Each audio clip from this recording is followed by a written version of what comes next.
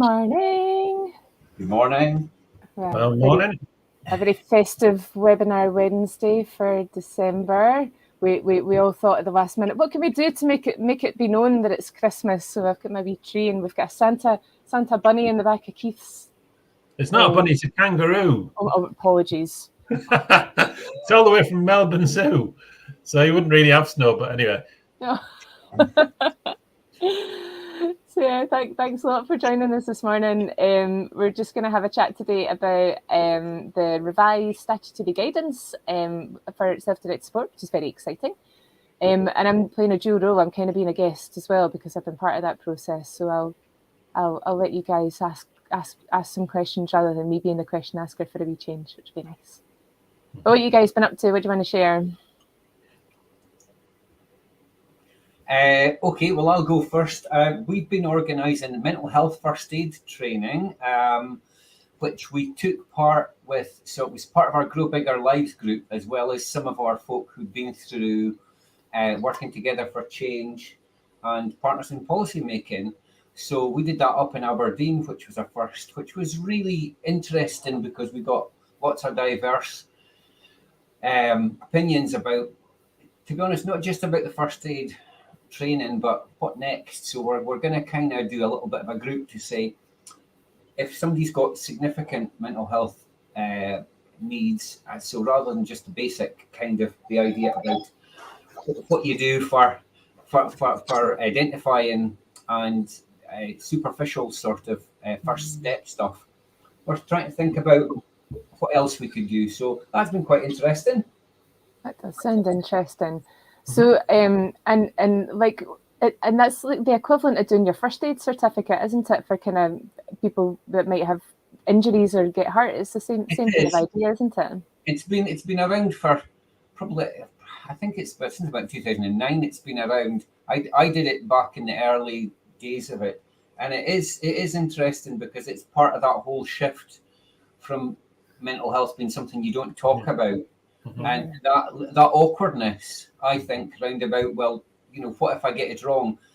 And the move to say, well, even if you're not sure what to say, just, you know, check in with somebody and check that somebody's okay.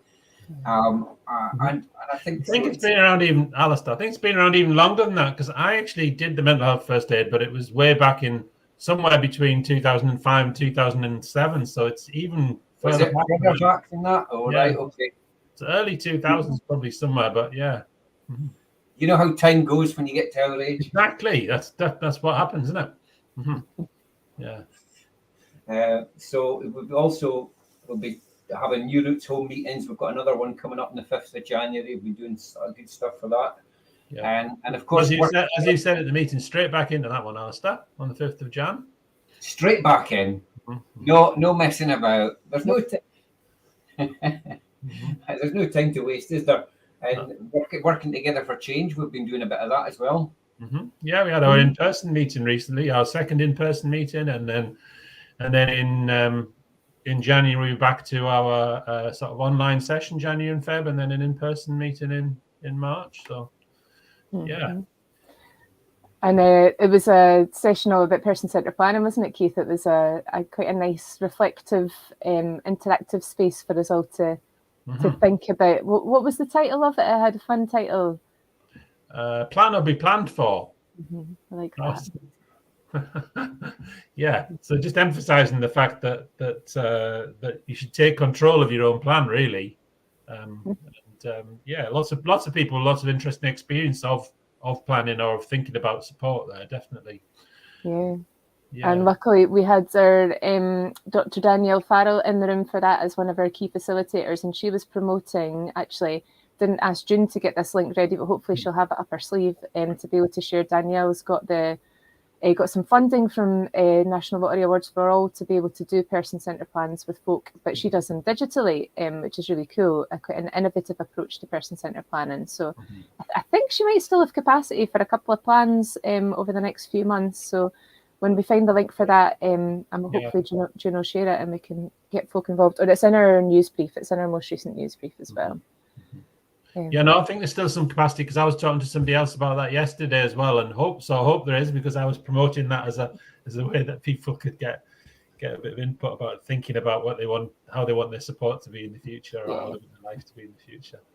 Yeah, it does make such a difference. I suppose just really emphasising that fact, both mental health first aid and working together for change, where we've managed to get together with people in a room. It's just a very different experience, isn't it, from what you can do online? Yes, definitely. And nice to have a big tureen of warm soup as well on a chilly training day. You miss these things. It was nice. Other thing we've got coming up as well, just to share an opportunity for an event that's happening on next week, Tuesday the 13th of December in the afternoon, with our pals at IRIS, who are another organisation who look at research and in the world of social care. So we're doing an event in partnership with them around creative approaches to commissioning, called No One Direction. We were looking for a pun, and about the work that In Control Scotland have been supporting up in Highlands around about looking much more creatively at option 2 of self-directed support, and how people can have choice and control in the support that they receive through just looking at commissioning slightly differently. So that event is online. It's in the afternoon. It's an hour and a half. It's at 2 o'clock, I believe it starts, and you can sign up through Eventbrite in a link that will appear shortly. But please do come along. I think we've got 70 folks signed up for it so far already, so it's proving to be a popular discussion. That was 70 folk the other day, so it might be a wee bit more. But there's room. Squeeze a few more in. Come on over if you're interested in that. Yeah, no one direction. That's commissioning through the medium of song, isn't it? It is, yeah. Yeah. Well, I hope so. Anyway. We'll see. The boy. I don't know who the In Control Scotland. You would be the In Control Scotland boy band, actually. The two of you. Oh dear. Nobody needs that for Christmas number 1. Nobody needs that. Yeah. Yeah. And in the spirit of Christmas cheer, so thinking about just all that thing about plan and be planned for, that kind of, it's quite a nice neat link into updating the SDS guidance, isn't it? Because that thing about staying within the spirit of the legislation and the whole, that's what we're keen to talk to Hannah about today, is about how it was co-produced and how we went about that process. Yeah, and I was just going to mention, Alistair, just so we don't miss that opportunity, if anybody's thinking about Tuesday the 13th, that there's the further discussion about the guidance, which will go into more of the detail of the content on the lunchtime session from 1 till 2 on 12 till 1. 12 till 1, sorry. Yeah, 12 till 1, right? Definitely 12 till 1. I'll be there on Tuesday the 13th. So that's also next Tuesday, isn't it? It is. And that's our normal programme of Tuesday lunchtime sessions on the second Tuesday of every month. If you're not involved and you'd like to be, send us a wee email. But at that session, it's a bit more interactive than a webinar, rather than us just blathering in your direction. You get to ask questions and be a bit more involved. But we've got Yvonne Nova from the Self-Directed Support Improvement Team of Scottish Government coming along to that session as well, to talk in a bit more detail and to be able to answer questions as well, which is a great opportunity if you really want to find out the nuts and bolts and any particular questions that you've got about the new guidance. Please do come along. If we can't answer your questions today, then we definitely will on Tuesday. And on that note, if you're watching along, please do, if you have any questions, stick them in the comments section, and we'll hopefully be able to bring them up on the screen and answer them if you've got anything in particular. It'd be great to hear from you. Okay, well, we'll get Hannah on to join the chat. Yeah. Hello. Always like Hi. Blathering on. Hello. Welcome along, Hannah. Would you mind just taking a super quick moment to introduce yourself, say who you are? Yep. I'm Hannah Tweed. I work for the Health and Social Care Alliance Scotland as Senior Policy Officer, which I normally summarise as all things social care, which means that I've had my nose in the pie of the SDS guidance quite a lot the last few months, along with colleagues in the room. So, yeah, that's me. Thank you very much for joining us. And actually, I sometimes forget that you're not just an SDS policy person, because I feel like We've spent a lot of time together over the last few months, Hannah, haven't we? Been in a lot of the same meetings, and God, you poor soul, you're also doing other bits of social care as well, so you're a trooper. I've just got my third evidence session on the NCS off my plate, so. Well, thank you for taking a wee 45 minutes out of your incredibly busy schedule to join us here today. Yeah. And just in case anybody didn't understand the National Care Service, just in case anybody's watching, Hannah, and didn't understand it. Yeah, and you were both part of the short life working group, weren't you? That was looking at the statutory guidance. So how did you get involved in that? And what did you think about getting involved in that? I mean, I certainly felt that my life was shorter after. No, I jest. No, I was looking back over my notes back to beforehand this and realised it was only September it kicked off. It feels like it was a lot longer because there was a lot of content involved. But yeah, basically we were invited to participate, is my memory, Pauline, correct me if I'm wrong, in the blur of the distant past, based off national SDS collaboration work and sort of the broader, lots of stakeholders chatting through that forum to try and take the 2014 guidance from the proper olden days and bring it up to the 21st century in a more meaningful fashion, post-pandemic, post quite a lot of legislation, quite a lot of policy change, and see how that could be made more fit for purpose for folk on the ground. Yeah, so it was folk like ourselves who are fairly actively involved in the world of SDS through the Social Work Scotland National Collaboration and lots of other spaces, but also some folk who we maybe hadn't, I certainly hadn't worked with in as much detail on this kind of thing before, but so a really broad bunch of folk. We had lots of civil servant type folk, but also quite a lot of local authority. We had obviously Social Work Scotland, Coalition of Carers, MECOP, the SURD funded organisation, the Support in the Right Direction funded organisations. And actually it did evolve a wee bit, didn't it, Hannah? Because the first group of people that we had in the room, there was a question of who's missing. And we I think a lot of us said, SURD, we need the SURD funded organisations to be here because they're the ones who are literally lifting up the guidance every day and using it to support people through situations that they're kind of struggling with. So they came on board very quickly. And were wonderfully valuable as well. Yeah, it was a big old bunch of folk, wasn't it? Yeah, and there was a sort of two-stage process to that, I would say, in that there was the big old bunch of folk that we got together within the sort of September-October period to begin going, oh, this bit's not in there, and we need to reflect on this, and can we change this bit? It's been annoying me for about 6 years. Maybe phrased slightly more tactfully, but not much by the time we reached December, because we all knew each other pretty well by that point. But also a real push from ourselves and from yourselves, Pauline, and other organisations, including the SURD folk, that it needs to be more than just us in the room. We may be paid to do our jobs, so it's fair enough to expect us to read 100 pages of documentation for a meeting next week. But we also need to hear from folk accessing services directly. So we certainly had like a mailing list set up once we had a draft agreed to go, hey, can we sense check this with you? Does this land? What isn't working? And to try and sort of broaden that out even further in terms of input. It's not proper co-production, but it's closer to it than you normally see in this kind of thing, would be my sort of summary of that, if that's fair. And Alistair, you've been sharing various things at the bottom there, haven't you? Sorry, sharing various links at the bottom. I have indeed.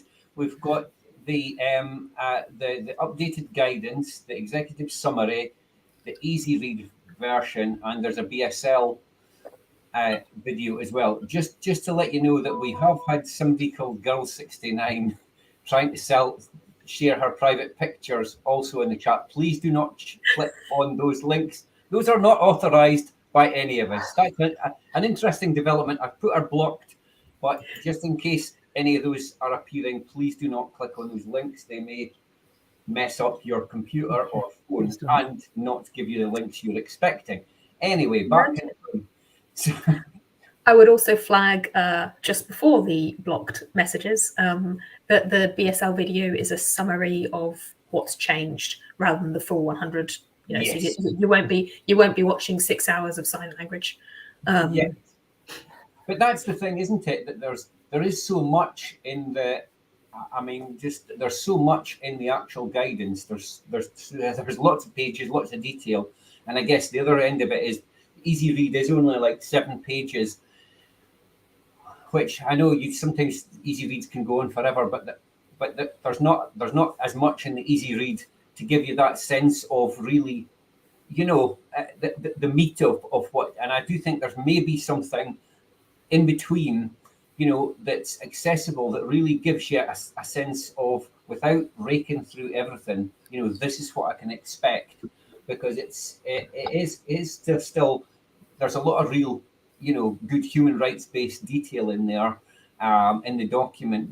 But I guess there was a lot of really useful stuff to start with, but still we struggle to get some of that into practice. So I guess I'm just wondering how confident everybody's feeling about the new and updated stuff. What's what are folks' initial thoughts about?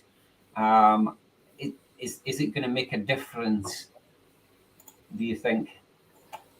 So I can maybe start off by saying I think what part of the reason for the guidance getting updated in the first instance maybe was the fact that it was 110 pages long, and it was there was a clear intent from Scottish Government to reduce that, because it felt quite repetitive, it was quite jargony, it was also really out of date. So there was a definite recognition that there was too much and it was too complicated and it was too guddled. It wasn't very clear. So I do think that although the new version isn't maybe as short and snappy as anybody might have hoped it would be, it's definitely not half the size it was. It's a bit more than that. It's still 80 something pages. It feels a lot clearer. It feels in itself more accessible to read, whether or not it's an easy read version. So I think for the lay reader like myself, I'm not a policy brain like Hannah. Hannah's much more fluent in that language than I am. I feel like it's a lot easier to understand. So for general kind of people who are practitioners or are giving advice, I think it's better. It can always be better. You can always make things clearer and more easier to read for anybody. But I think the place that this piece of paper lives in terms of policy is quite technical. Do you know, it is quite a technical document, and I think the majority of people working in local authorities won't be reading it cover to cover on a daily basis. Do you know, that it's there as a pick up and use the bits that you need to, as and when you need to, rather than as a read it from cover to cover, unless you're really short of sleeping that day. Like a reference document, isn't it? Really, that idea that when you think you need it, let's check out what it says in the statutory guidance, so that we can see whether our expectations are reasonable, maybe, or whether we are achieving what we should be achieving in that area. Certainly that's how I used the previous. I mean, that is how I think that's how those third funded projects and how we have used the previous version, but making it more user friendly is definitely a great thing, isn't it? I think probably you saying that wasn't half. I think the aspiration was to make it simpler, more straightforward, all those things, wasn't it, as well? That it was something that made a difference, that was useful. Yeah. And that bit about, I think things, there are some really helpful bits in the new guidance about things that are quite specific, because for me, a lot of the things, it comes down to that confidence. Like, am I doing something that's in the spirit of it, but also, I think that well, for me, the bits, things that say things like, don't put blanket bans on things like X and Y are really helpful, because it's not all about, I think the previous ones said about what you should do, but this one actually says what you shouldn't do as well, and I think misinterpretations of it about, well, this is risky. I think we're getting back to that risk question. It just, this is really specific about saying, please don't do this, because that's not what this is intended to do. Think about this instead. So there's a lot more really solid examples that people can, get into, I guess. And if you wanted to talk through some of those, I mean, like, I guess the hope is that, yes, this is a policy document, and as you say, you don't necessarily read them for fun, Pauline, but it now includes sections saying if in areas where prepayment cards have been introduced, sometimes that works for people, sometimes it doesn't, and it restricts the services they can access. If you're going to do that, make sure you offer people choices, whether or not to use it, whether or not it's appropriate to them. And that very much would fit within that sort of blanket, avoid the blanket approach that you were outlining, Alistair. And I think having that explicitly written up is quite a useful tool for all stakeholders who could use this. Same with the stuff on employing family members as personal assistants where appropriate and with permission of the relevant individuals if that's what they want. We know some local authorities say, nope, that's not a thing that we're allowed to do because that's what we've been told. And we know others did allow that pre-pandemic, and the pandemic guidance made it clear that that was allowed where appropriate. So reinforcing that in this document, I think, is a really useful potential illustration of an example of that sort of flexibility that is trying to be threaded throughout and is sort of centered on people stuff. How consistently that happens in implementation, that's kind of beyond the power of the people putting this together, if I can be that blunt. But the intention and the buy-in from those who are participating, I think, was broadly very good. I don't know what you think, Pauline. Yeah, and I think definitely, and I think the other thing that occurred to me then when you were speaking was, if you remember, way back in the early stages, there was a bit of a list of things that folk thought we could, an initial cull of stuff, and it was like, we could take out this, we could take out that, we could take out this, and actually quite a lot of us, myself included, push back on some of the stuff that was getting taken out, because there is a need sometimes, like, if you don't say it, assumptions are made, and assumptions come from whatever perspective you come from. And if there's like an example being the support planning section, for example, there was, we could cut down, or we could just refer on to people to other websites. I was quite clear. You lose people as soon as you click. Aye, and also, like, that means that if you're not saying it has to happen, then it's not as clear. So having things that are a bit more explicit, I think, has been a benefit of this version for sure. So just one. And I think that ties into Jim's question that's up on the screen as well, because I mean, it's always a balancing act, isn't it? About, is something short enough to be useful for time pressured managers and folk using it as point reference, or is it still going to need to be something that people are reminding them, hey, this exists and this says X on page 22 or whatever. I think the answer is a bit of both. I think it is clearer than the previous one, and that can only be to the advantage of time pressured folk of all types. I mean, I'm looking on my second screen, please excuse the rudeness, but the sections are, I think, more logically named. You can jump straight to them, and although the document may be longer than you like, if I jump to, say, budgeting, which is section 7, it's about 4 pages long. It's, I mean, I'm guesstimating based on web page length here, don't quote me on that, but it's not ridiculously long. It's got very clear sort of subtitles, and I think there's a usefulness in that sort of formatting element. I know I'm getting really T's and C's there, but that's really navigation. Being able to find things and not have to scroll through lots of stuff. I mean, the other thing, just generally, I guess, with a PDF is that you can just hit the search button as well. You can, search for certain words, and it'll show you where they come up. But yeah, it's always a balancing act, isn't it? But I think, given the evidence we've had before, where we've said, base your approach on these principles, I think the evidence has shown that we need to act to say, here's an example of do this and don't do that, because otherwise it seems to be too woolly for people, despite the fact that we've given really good case examples in the past. I think one of the additional really valuable things that's been built into this is the self-directed support framework of standards.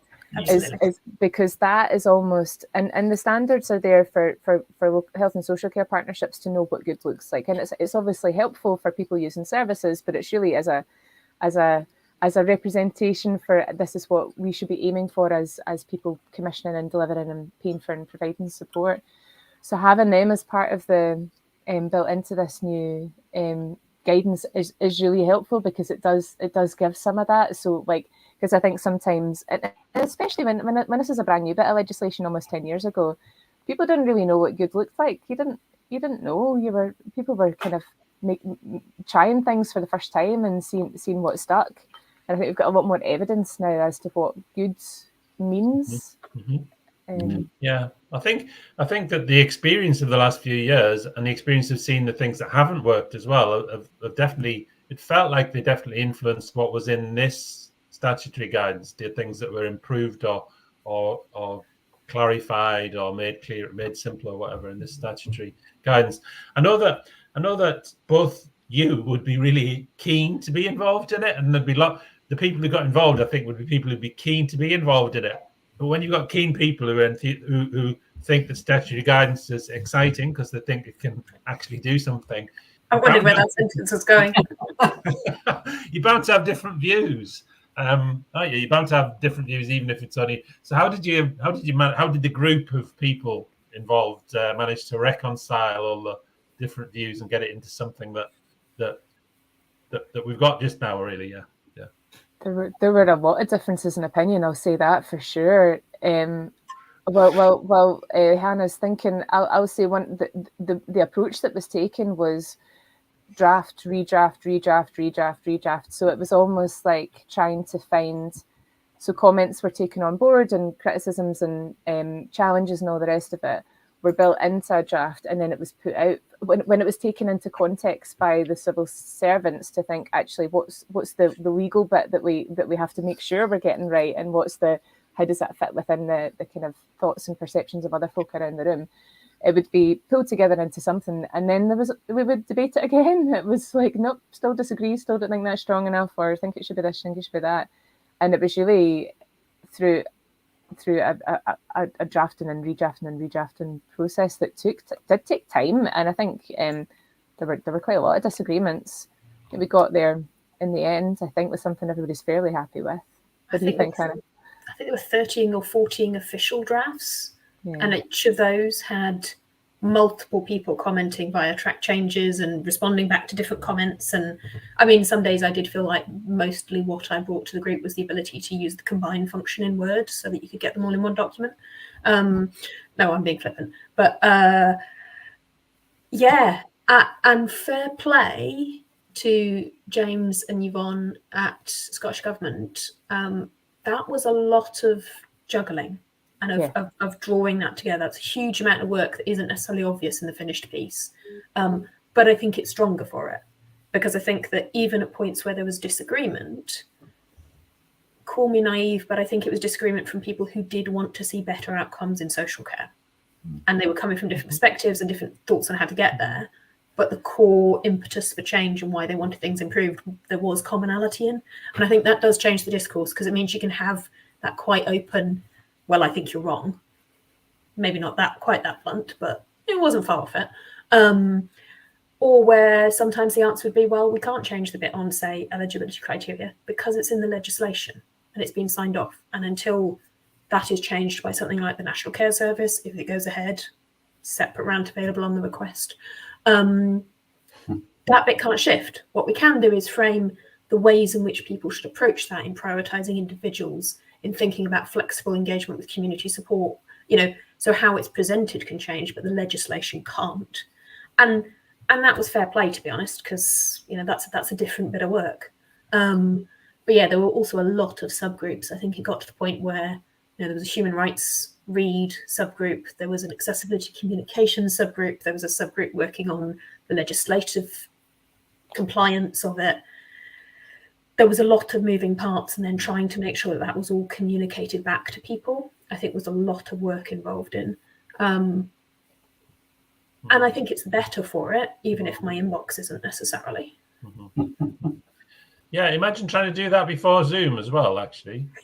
Oh, seriously, I'm just thinking, because all those meetings that happened, I mean, probably couldn't really have happened in the same way, could they? Or had the same range of people at them, actually.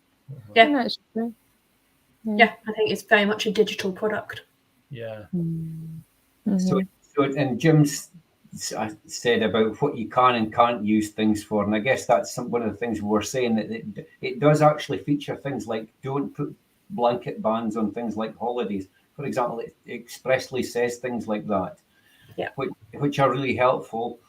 One of the other things that I just was brought into sharp focus for me last week was in terms of we're involved with the New Routes Home and getting people out of hospital. And of course, one of the trickiest things I find is that hospitals have an idea of what good looks like for them, and that very, very different a picture of what good looks like for most people in the community. And when you're developing things like a service specification and you're trying to involve people in a person-centered, human rights-based plan for moving to the community, if people are basing it on how somebody is supported in hospital, it's not going to look anything like what's really needed, and B, it's not going to be achievable at all, because you're talking about multiple people, you're talking about things that are likely to potentially cause a lot of the time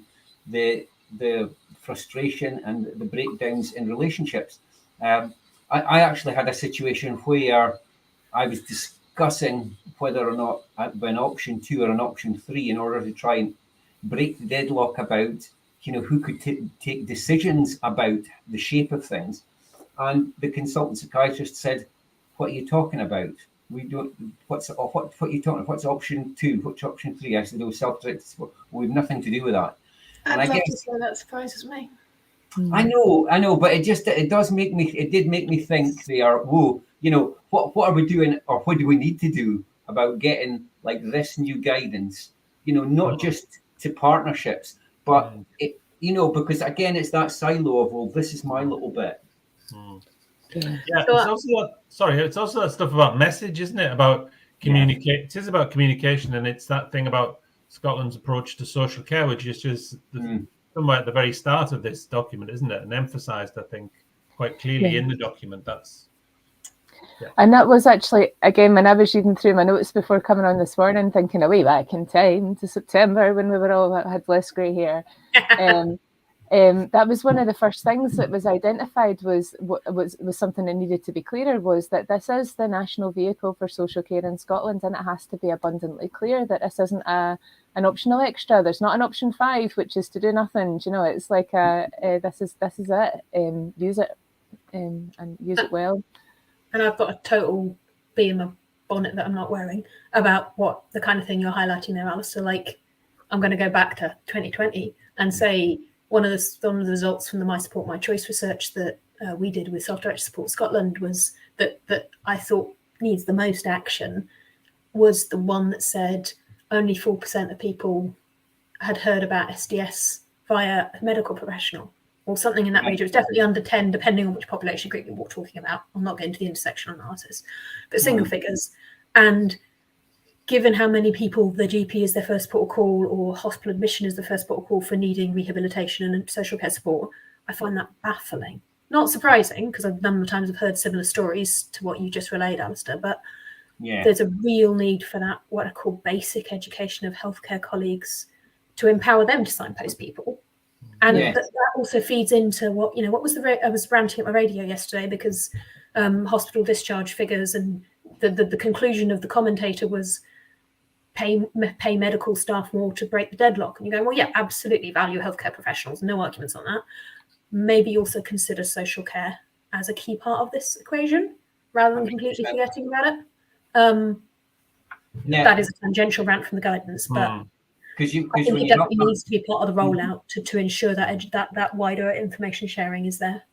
Yeah, because when you have situations like where somebody after 2 months of lockdown loses everything, and then their behaviour starts to reflect that their lack of ability to cope, and yet 2 years on, we're now at a place where we're saying, well, not we, but people are saying things like, oh, well, until we understand what caused that behaviour, we can't be safe about, moving on safely. And it's like, I think we do know. I think we really do know. I think if any of us got stripped out everything that made sense in our lives, especially if you're autistic, then this is a likely consequence. So it's that thing about the all the way down the line. I guess, like right at the start of the pandemic, we wrote to the Scottish Government and said, like the once a day being out guidance, that that's going to be absolutely undoable for some people. It will just, and they came back within a week and just said, absolutely, if it's within somebody's care plan, make an adjustment.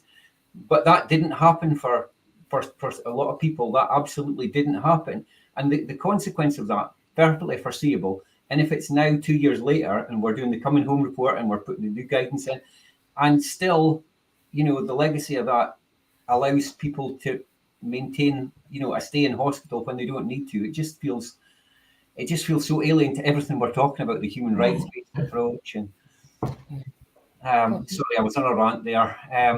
I've got 2 more comments here. We've got another one from Jim.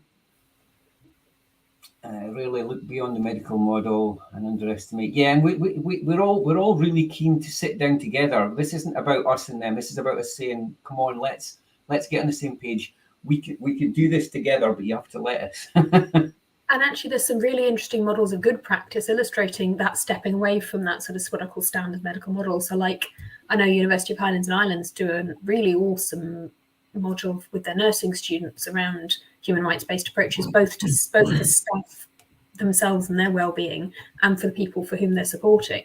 And I think the outcomes that they're tracking from the early stages of that are fabulous. So we've got good practice. Let's see that shared more widely. Definitely. Yeah, and we've got Fionathan saying they're keen to link in with us as well. Here's up by email. and I'm always a fan of folk failing better as a result of additional information, and then we'll pinch the bits that work for you. Yeah, feeling better is what it's all about. That's absolutely fine. It's like I was thinking Toy Story. It's just you're not flying, you're just falling with style. It's like we're just we're doing the best we can. Yeah, and anything that you see from Fiona and Jonathan makes you smile anyway, doesn't it? So, that's true. The other thing I was going to mention as well, I suppose, which is definitely a bit less Hannah's bag, but a bit more in Control Scotland and Social Work Scotland in our kind of neck of the woods, is that this isn't the only bit of paper that supports the legislation. There's also the practitioner guidance, isn't it, which is kind of a bit more of the place for some of those in-depth understandings, examples, myths and misconceptions.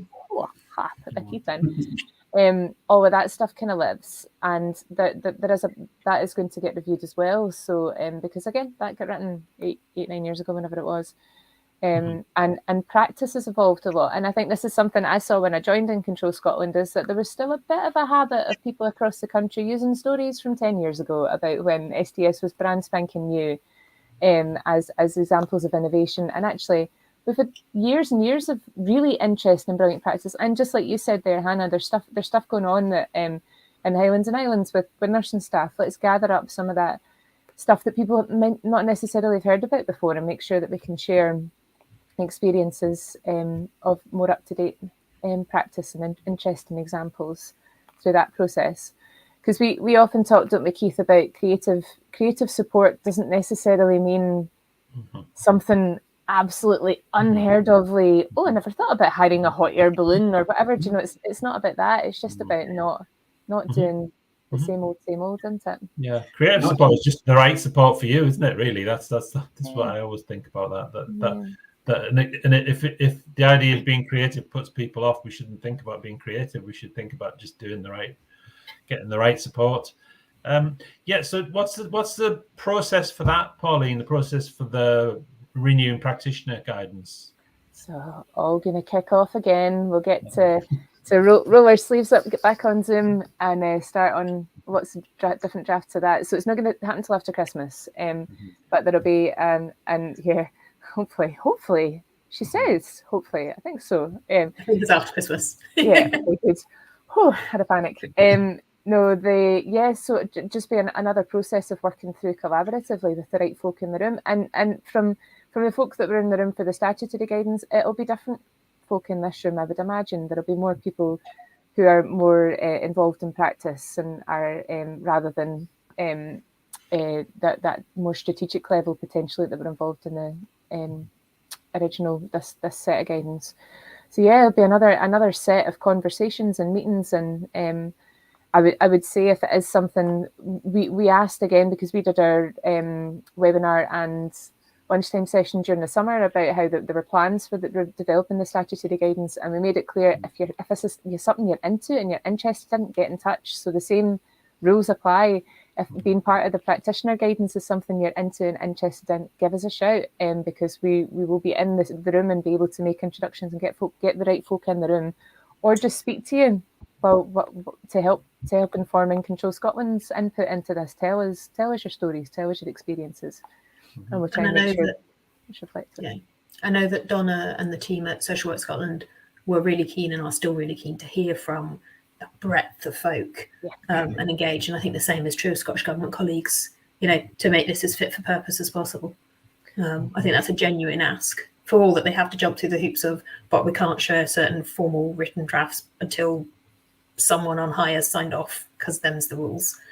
The willingness to engage and to hear from folk, I think, is really there. So the statutory guidance, what was it, like 2 weeks ago it came out, didn't it? Is it about 2 weeks ago now? So I just wanted to check in your electronic or in your digital world or in the real world when you've been out and about, have you heard people talking about the new guidance so far? I've heard it mentioned a couple of times from SDS leads that I've spoken to. So I think people are aware that it's there. There is a bit of there's a chat next week about some more resources and a message from the minister and things like that are going to get shared. So I think it's a bit of an evolving process in terms of how people might get to find out about it and come along to sessions like ours to find out more. But I mean, at policy high level, I've been banging the drum of, it's the NCS, but also we have stuff that's going on in the meantime, like SDS guidance, maybe with fewer jazz hands, but not always. So have certainly been discussing it at that sort of perspective as well. I defer to Pauline for more frontline gossip. And we do have the National Self-Directed Support Collaboration this afternoon through Social Work Scotland, which is a space for anybody working in the SDS worlds to chat about these types of things as well. And about 15 minutes ago, I know it was on the agenda for the SDS collective, who are a group of folk with lived experience, folk accessing services, folk delivering services across Scotland. Too many SDS organisations with very similar names beginning with C, so it gets complicated. This is the collective. You're all welcome. Email Mark Han Johnson at mark@sdsscotland.org.uk if you're interested. That was not planned. If I've got that email wrong, I'm really sorry. But yeah, so I know they were discussing it today as well. So beginning that sort of conversational rollout of information as well. I think what a lot of us in our SDS bubble were a wee bit concerned about was that the National Care Service was going to be the focus of all conversations until it is up and running, until after it's up and running as well, and that we're dead keen that that this didn't get lost. The self-directed support didn't get lost, and we weren't able to wait until the NCS is up and running before having a plan and having updated guidance and all the rest of it. So we hope that doing things like this, revising the guidance and involving as many people as possible in these processes, sparks a wee bit of kind of engagement and involvement and people thinking more about SDS as the vehicle for social care. I think that is recognised at ministerial level. I mean, it was a question in the committee evidence session I was at on Monday, is what can happen now and doesn't need to wait? So the answer is things like the SDS guidance, eligibility criteria, care charging. I mean, I say the answer. That's the answer I gave. I'm not sure if that's the answer. But, this is part of that work and should be acknowledged and valued as such. Yeah. I think when I've heard people talking about it, alongside the framework of standards, which is really interesting, because I think that's an interesting addition that does fit really well alongside thinking about the statutory guidance, the framework of standards, and then what they mean, essentially what they mean for how people experience self-directed support. Yeah, we're 11:45. Is that just any final comments that you would like to make about the statutory guidance before I think Pauline reminding people again about next Tuesday? It's much more exciting than it sounds. Much more exciting. Yeah, you're available for voiceovers, aren't you? The SDSS advert and yeah. I think apart from that, it's just I know the team, the SDS team at Scottish Government are always really keen to get feedback on stuff. So if you've had if it's a document you use or you wouldn't use because of its accessibility, its language, its tone, blah blah blah, whatever, do feed that back, because the plan for going forward is it's not going to be another 8 years until this is reviewed again. The plan will be that there's an annual read through and check, has stuff changed, does the world look different, are whatever, do you know what's different, and make if an update needs to get done, it'll get done more regularly. So if there are things that you're looking at and you're reading it and thinking this doesn't work for me, then please let it be known. Yeah. And practically speaking, that probably means email Pauline and then she'll put you in touch with Scottish Government? Or yeah, why not? Yeah. Brilliant. Yeah, certainly for me, I think it's that thing about there's a lot of detail which should really help with the accountability, and that the thing for me is that in the cost of living crisis that we're in at the moment, my worry is that the SDS is one of the casualties. You know, that people say, "Oh well, we would have done that, but we can't do that now," and a lot of what we've worked so hard to get in place gets eroded because of fear, and good stuff doesn't always cost more. In fact, a lot of the time it doesn't. So I just think that's one of my main hopes for the guidance, is because it's quite specific around about what people should and shouldn't do when they're thinking about things, that will give them the confidence to not backtrack on things and hopefully keep moving forward. That'd be nice. Good. And if anybody wants to come next Tuesday to that discussion, they would just get in touch with us at info in -controlscotland.org.uk address. Yes, please. On Microsoft Teams, so hopefully everybody can join. Hope to see as many folk there as we can. Perfect. All right. See everybody next year. Well, thank you very much, Hannah, for joining us. But is June hiding in the background to come and say Merry Christmas? Because it's tradition that we have the whole gang. Here for. I have. I've been watching backstage. Great webinar, and I just definitely wanted to pop on because I know this is our last webinar before Christmas, so just wanted to wish everybody a fantastic Christmas. It's been a tough year this year with everything going on, so hopefully everybody will have the best possible Christmas and a great new year. Brilliant. Yes, what she said. Yeah, we would all just echo that, June. I think we'd just say yes, that's exactly what we'd like to say. Yeah.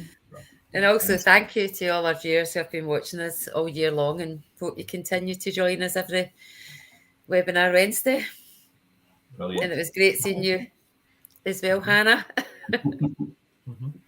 And our next one will be, are we doing it the first Wednesday of 2015, which would be? I suspect not. Yeah, so we might push it back to the second Wednesday. Aye, let's do that. Yeah, so we'll put it up on our social media and let folk know when we're going to be up doing that. But I don't think we'll get as many viewers as we might hope if we did it the very first Wednesday back. We'll let folk digest their mince pies before coming on a webinar. Sounds good. Okay. All right, everyone. See you again next time. Bye. Thanks, everyone. Bye. Have a great Christmas.